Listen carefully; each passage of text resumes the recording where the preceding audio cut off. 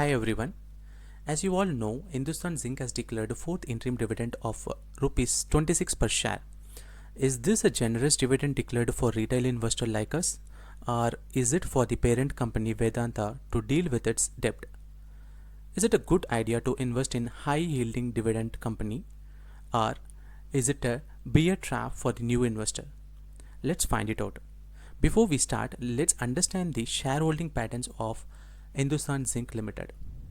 Vedanta owns 65% of the company while Indian government owns 30% in it.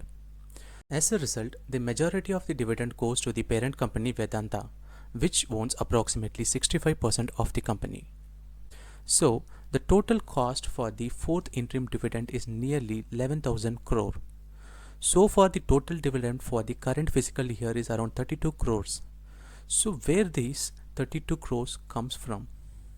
Where the net profit for the current fiscal year is just 8,000 crore. Is the cash reserve is being used to pay the dividend, which is then used by the Vedanta Limited resource to repay its upcoming debt maturities? The answer is yes. As a result, many analysts issued sell recommendation, citing the fact that the dividend was used to repay debt in the parent company. And it is always better to avoid such company because that these type of dividend payment are not sustainable and the company is not reinvesting its profit for further growth. So it's always better to stay away from such companies as a retail investor. I hope you enjoy our content and please consider supporting us by subscribing to our new channel Market Minute. Thank you.